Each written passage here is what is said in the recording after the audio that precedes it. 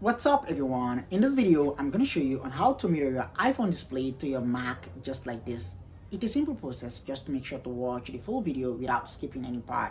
Stay tuned, I'll be right back. In order to mirror your iPhone, just find a USB cable, then connect it on your iPhone and also on your Mac PC. Alright, then after you do that, then also press the command key and the tab key to open QuickTime Player. Then after that, you select File, then you choose the first option, which is new movie recording. All right, so a little windows of new movie recording will pop up. After you click it, then just make sure to press the drop down arrow, then select your phone. For me, I'm using 12 Pro Max, but I rename it on my name. Then here it is, boom.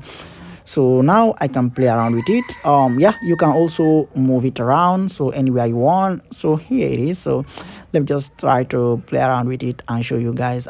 This is a cool feature that I always play with. You can try it. I know there is also it available also. There is a way it available also for Android. There is a way you can also mirror your phone on your Android phone, but actually presently I don't have an Android phone, so yeah, but there is a way.